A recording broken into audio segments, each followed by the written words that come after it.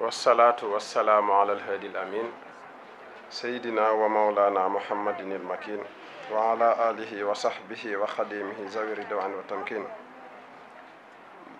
mbokki jullit yi fi teew ñoo ngi leen di nuyu di leen ziyaare ci turu cheikh Mouhamadul Muntaxa xalifatul am li tarixatul muridiya di ko ñaanal mu yàgg fi lool te ànd ak wér. di nuyu mboolem ñi nga xam ne ñoo nekk ci jotaay bi di ko tàmbalee Moussa Dieng Mori ñoo ngi lay nuyu bu baax a baax di la jaajëfal di ci teg soxna Adja madame Mbuub ak itam mbooleem ñi nga xamante ni ñoo nekk ci jotaay bi. xam naa suñ kàddu mën naa jëm rek ci rendre hommage soxna Aminata Mbuub ndax yàlla miy dogal moo ñu boolewun gu yéeme lool sax. yàlla dogal na comme madame Mbuub ni mu ko waxee rek bi mu ñëwee ci Touba ba taxawal école bi 2018 dañoo bokk ci ñi nga xam ne ñun la njëkk a rencontré ci lim bëgg a def ci dëkk bi. biñ ko xamee rek nag ñu xam ni kii kat li muy def liggéeyal Serigne Touba la ndax Serigne Touba moo wax ni wajaxalhu dëba maskana taallumi wa mawdi'al fikrati wa tafahumi. sama dëkk bii di Touba maa ngi ñaan suñu borom mu def ko dëkku xam-xam ak itam xereñte. bi ma waxee li nga xam ne moom la fi bëgg a def ma xam ne li mu bëgg a def day tolloog li ñuy wax ni liggéeyal sëñ Touba moom saa bu jotee rek sëñ Touba moo koy wone moo koy indi. ba nga xamante ni ca Poroxaan sëñ Moustapha Ba Hasiru dafa xalaat ni Poroxaan gii kat warees na fee def kër soxna maam jaara kër soxna maam jaara googu ñu koy jaarale ci ay daayira waaye nag di fa jàngal nit ñi alxuraan ak itam yaru diine lislaam. soxna Aminata Mbuub bu ñëwee def lii tuddee ko soxna maam jaara sof ko tamit ca Poroxaan day mel ni képp koo xam ne jàngee na foofa Poroxaan ba pare nara toog amooloo liggéey da ngay ñëw dugg ci institut bi jàng fi mën a jëmmal sa du na nga xam ne lee ñuy def ca Poroxaan lii soxla la ci mu ànd ak moom. kon loolu dañuy xam bu baax a baax ni ku sëñ Touba di liggéey loola ci dëkk bi. première promotion bi nga xamante ni moom la fi njëkk a def sëñ Mori damaa xamatul 2019 la xaw ma 2020 damaa xëy suba teel mu woo ma ne ma duñ tàmbali mukk te ñëwoo def ñaan. moo tax wallahi tey jii bi may ñëw ci yoon bi sama rankoñ sax xaw naa tuuru li ko waral mooy sëñ Mori mi damaa woo moom itamit tey jii suba teel ne ma duñ tàmbali te defoo ñaan. ma xam ni kon xëy na ñoom li leen seen waajur bàyyee ñaa nga ca ba tey. li am solo nag ci waajur yonent bi sallallahu alayhi wa sallam day wax ne iza mata ibnu aadama in xata amaluhu illa min salaasa. doomu aadama su fi jugee léppam day dog sëf ñett sadaxatun jaariya sarax buy dox di continuer ilmun yuntafa'u bihi wala xam-xam boo xam ne dañ ko fay bàyyi nit ñi di ko jariñoo di ci jariñe mooy lii soxna Aminata Mbuub def. képp koo xamante ni xaala yi tey alxuraan day war a wax ni waman ahyaha fakka annama ahya naasa jamia. boo sauvé benn doomu aadama mel na ni sauvé nga monde entier. loolu xaale yi tey képp kuñ sauvé ci seenub jàng ba kuñ dimbale ci seenub jàng yool ba da ko fay fekk moom soxna Aminata Mbuub. loolu dong nag jaaroon naa te taxawal lii. bi ci topp mooy waladun saalihun yad'u lahu. ay doom yu baax ñu leen di ñaanal yore li nga xamante ni moom ngeen fi bàyyi.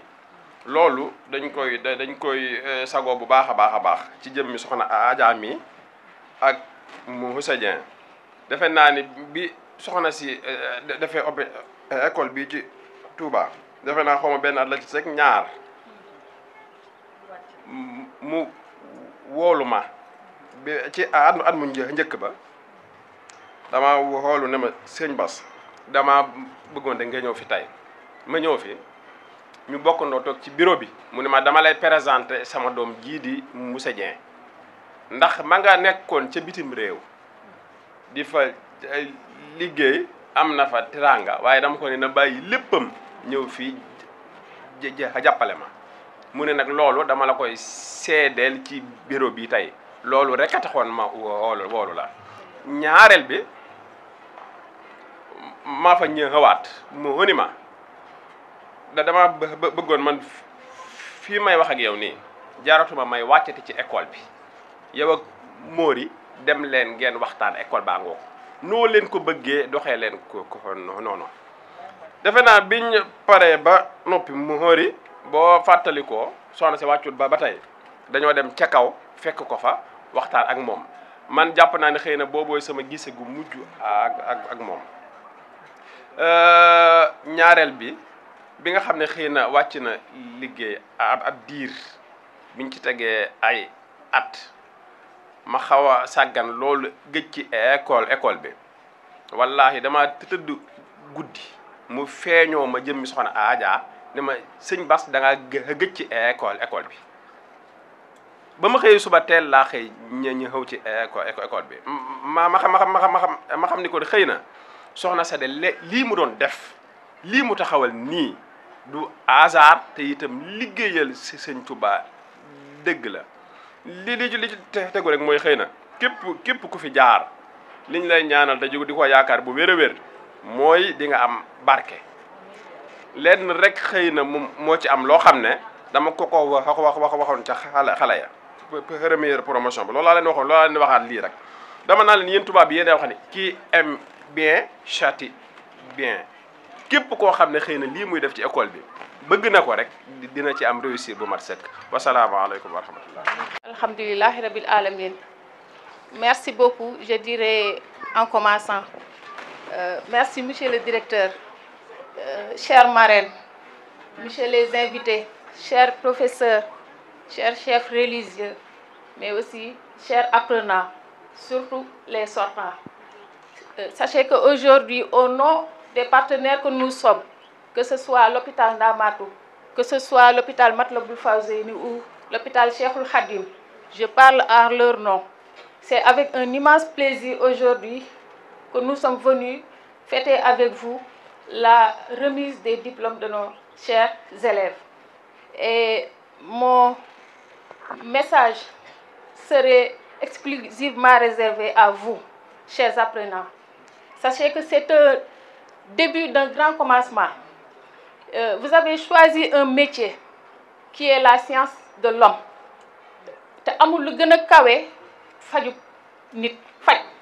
Donc, vous avez choisi un métier que le seul paie, moi, paye. Donc, sachez que vous avez débuté quelque chose de grand. Et c'est quand vous allez prendre votre retraite que c'est paye. Donc, sachez que vous vous engagez vers un combat dont vous n'attendez pas de salaire. Il n'y a pas de salaire. Il y aura beaucoup de sacrifices. Il y aura beaucoup d'ingratitude. Mais la seule chose qui va pouvoir vous accompagner sera votre cœur et l'amour que vous avez envers ce métier que vous avez choisi. Et pour cela, soyez prêts à donner ce que cela demande comme sacrifice. Vous allez donner de votre sang parce qu'il va vous arriver même de sauver un malade en prenant votre sang et lui donner pour qu'il revienne à la santé. Sachez que vous allez pouvoir donner de votre argent parce que vous allez être confronté à un cas où il y aura seulement l'achat du médicament qui pourra le faire sortir d'affaires. Mais aussi, sachez que vous allez avoir de la science que vous avez puisée ici pour rendre la santé aux individus. Donc, n'attendez rien à ce que vous allez engager, si ce n'est là le paiement de Dieu. Et pour cela, vraiment, nous, en tant que partenaires, on est ravis de vous accompagner en ce jour pour qu'enfin voir tous nos efforts être sanctionnés de remise de diplôme. Et sachez que, monsieur le directeur, chers marraines, chers professeurs, on est très honorés parce que vraiment vous avez su faire montre de beaucoup de tact avec nous en prenant des élèves, des agents de chez nous et en leur promettant vraiment une carrière beaucoup plus assurée. Vous avez fait beaucoup pour nous et nous, ce qu'on peut, c'est juste continuer de vous accompagner dans la formation au sein de nos hôpitaux. J'espère que j'ai été un peu prise au dépourvu. Je ne m'attendais pas à un tel discours. Et j'espère que vraiment c'est le cœur qui parle, mais vous avez su retenir le message que je voulais lancer. Et, oui, félicitations et bon courage à vous. Ouais, merci. Je remercie tous les invités, surtout M. Dien. Je suis nouveau dans cet établissement. Je viens juste d'être affecté en Baké. Et M. Dien a pris mes services juste 3 ou 4 mois. Donc je le remercie de m'avoir choisi pour représenter les professeurs. Donc mon discours s'articule sur 3 points. Peut-être le premier point, c'est de rendre un grand hommage à feu l'initiative Mme Dien Ndeye Aminata Mboup, qui a su vraiment créer une école de référence. Et ses héritiers, ses enfants ont la plus grande responsabilité, c'est-à-dire que de le perpétuer, de porter le flambeau pour que cette école ne s'éteigne pas. Le deuxième aspect, c'est les lauréats et les lauréates. Avoir un diplôme, c'est bien, mais ne dormez pas sur vos lauriers. Il faut aller vous exercer. Essayez de s'insérer dans la vie professionnelle. Puisque vous avez choisi un métier difficile, noble, mais dangereux. Puisque si tout se passe bien, tout se passera bien. Mais s'il y a une défaillance, bonjour les dégâts. Donc, je vous demande d'être concentré, de faire beaucoup attention à ce que vous faites, puisque cela peut, vous pouvez avoir 2 bénédictions, une bénédiction divine, puisque vous gérez la vie humaine des personnes. Et une autre bénédiction, c'est de pouvoir se prendre en charge et aider vos parents. Et je demande donc à tous les élèves, peut-être ceux qui auront eu la chance l'année prochaine, peut-être bien 2 ans après, d'avoir des diplômes, de vraiment tout faire pour avoir un travail, pour être inséré dans la vie professionnelle. Et je disais toujours à mes élèves qu'un chômeur, c'est celui qui a ses diplômes et qui ne travaille pas. Mais celui qui n'a pas de diplôme n'est pas un chômeur. On ne peut pas le catégoriser. Donc, il n'y a pas de secret. Il faudra travailler. Tous les gens que vous enviez aujourd'hui sont partis de rien. M. Diomaye Faye, qui est président de la République, est né à Ndiaganiao avec 0 moyen. Et il est parvenu à être président de la République. Donc, il a su travailler dur avec ses équipes pour être là où il est. Donc, il n'y a pas de secret. Il n'y a pas de, comme on dit, ce n'est pas les marabouts, ce n'est pas Dieu. Ce n'est pas les marabouts, c'est Dieu. Mais aussi, yalla bay sotol. Il y a Dieu, mais aussi il y a la main de celui qui prétend être là où il doit être. C'est de travailler dur pour être à la station que vous voulez. Donc vraiment, c'est avec ces quelques mots que je voudrais délivrer à l'endroit de l'assistance des élèves et des parents d'élèves. Je vous remercie de votre attention. ñu santaat bu baax Cheikh Amadou Mountakha Bachir Mbacké xalif général des Mourides di ñaan mu yàgg fi lool te wér ndax kat lii bokk na ci ay mébétam kon lépp lu fi waay def mu jëm ci njabootam di wuyu si ci njabootam xamal ni moom lees koy defal moom am na ci yitte bu wér. kon sëñ bi ñu ngi koy sant bu baax di ñaan mu yàgg fi loolu te wér rawatina fii nga xam ni moom lañ wax ni mooy école bi nga xam ni mooy saytu ñi nga xam ni ñoo jëm ci war di sàmm wér-gu-yaram ñu duppee ko ku rëy ku màgg soxna Maam Jaara Buso kooku de defe naa ne ku dul baaraam ci moom mënoo lu dul am ndam rek ngay am rawatina nag jigéen ñi nga man ñi ma ci gis ñuy roy ci moom di sàkku ci moom xam-xam boo xam ni ñu ngi ko jëmal ci doomu aadama bu wér bu ñàkk wér nga xam ni liggéey yàlla ngay def yàlla moo sàkk doomu aadama di ko teg natt boobee mu may la ci ndimbal yow nga am ci xam-xam di ko ci dimbali ba nit ki am wér mën koo jaamu kooku kon ñooñu nga xam ni ñoo yëngu ci métier moom ak ñi leen di jàngal ak ñi nga xam ni ñoo leen di saytu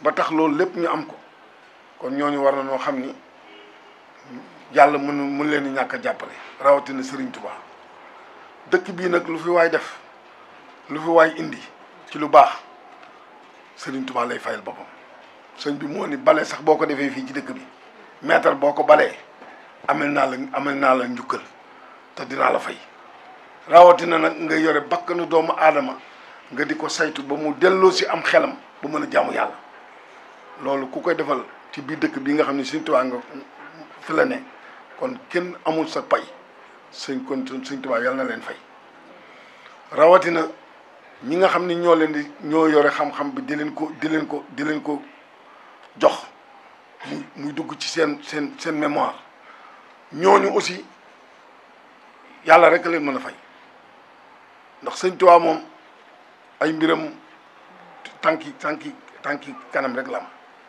foo ci ne rek fi la lay fekk kon nag ñu ngi leen di gërëm bu baax njaboot yi aussi li nga xam ni moo ci nekk mooy parents yi nañ delloo si seen xel ci seen njaboot xale boo ko yar di ko jàngal da ngay fexe nga dugal ko fu baax ñu di ko xoole fu baax ñu di ko séentoo fu baax bu génnee dox ci mbedd bi den xam ni xel kii yar nañ ko kii jaaral nañ ko ci yoon teg nga ko te àq nga ko yoreel yow borom kii parent bi àq nga yoreel sa njaboot da nga ko war a teg ci yoon wu baax wan ko yoon wu baax wan ko di ko xooloo fu baax bu ko defee moom bu amee njëriñ ci réew mi yow da nga ci am payug yàlla da nga ci am payug sëriñ bi rawatina nag Touba gii nga nekk kon képp koo xam ne am nga njaboot li nga war a def mooy sàmm ko jàngal ko mu nekk sa wet bu ñëwee na nga fexe ba fi mu teg tànkam nga di ko xam fi muy jaar nga di ko xam li muy dox nga di ko xam day tax bu ëllëgee loo ko sàmmloo wala fu mu teg tànkam da nga xam ne xel kii fi mu teg tànkam fu baax la ku ko gis nawloo ko wante yor xale contrôlé woo ko tegoo ko ci tànk tegoo ko ci yoon lu baax dugaloo ko foo xam ne fa lay sàkkoo xam-xam na la leer ni yoreel nga ko àq te boo waajur dafa am àq ci doomu aadama da nga ko war a aar yiir ko jàngal ko dugal ko fa ci yoon lu baax bu tolloo ci bu dee góor la xam nga fi nga koy war a jàll bu dee jigéen na xam nga ne ëllëg dafa war a yor kër te kon war na am bu boolee am métier mu mel ni ba noppi yor këram day am cëslaay ci famille am cëslaay ci askan kon nag loolu ñu ngi ñaax borom parents d'élèves yëpp ñu gën a tette seen i doom jéem leen a orienté surtout nag ñi nga xam ne dañoo dëkk Touba dafa am war may boppam war ma yooyee nag man gis naa ni yéen màggal ngeen ko ndax ñi ma gis ñu col gii mooy col gu yiiw sa yaram dana muuru da nga am xam-xam te yaa ngi nekk ci yoon woo xam ne bu la kilo seen dana xam ne kii kat teg nañ ko ci yoon bu baax wante jël say doom tegoo leen joxoo leen melokaan bu baax ne la leer ni am nga tooñu yàlla te sëriñ bi du am ngërëm ci yow